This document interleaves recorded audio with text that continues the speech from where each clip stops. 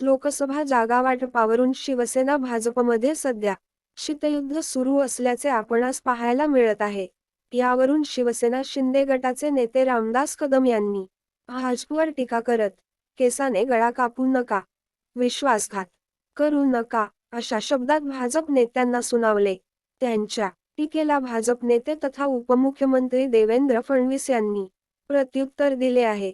रामदास भाईंना टोकाचं बोलण्याची सवयच आहे। त्यांच्या बोलण्याकडे बड्या नेत्यांनी लक्ष देण्याची गरज नाही, असे म्हणत फडणवीसांनी कदमांना खोचक टोला देखील लगावला। टोकाचं बोलण्याची सवयच, देवेंद्र फडणवीस म्हणाले की रामदास भाई कदमांना मी अनेक वर्षांपासून ओळखतो। ते कधी रागाने बोलतात तर कधी अतिशय टोकाचं बोलण्याची त्यांची सवयच आहे। आम्ही कुठेही भाजपला दुय्यम वागणूक दिलेली नाही। भाजपने शिवसेनेचा सन्मानच केलेला आहे। एक लक्षात ठेवा, आम्ही 115 असून देखील आमच्यासोबत खरी शिवसेना आल्यानंतर आम्ही एकनाथ शिंदे यांना मुख्यमंत्री करून त्यांचा सन्मानच केलेला आहे। लक्ष वेधण्यासाठी असे विधान, एवढेच नाही, आमच्यासोबत आलेली राष्ट्रवादी असो किंवा अन्य मित्रपक्ष यांचा भाजपने कायमच सन्मान केलेला आहे।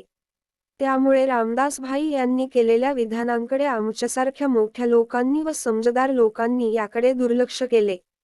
काही लोक आपल्याकडे लक्ष वेधण्यासाठी अशा प्रकारचे विधान करत असतात, त्याकडे फारसे लक्ष देण्याची गरज नाही, असे म्हणत फडणवीसांनी रामदास कदमांना टोला देखील लगावला।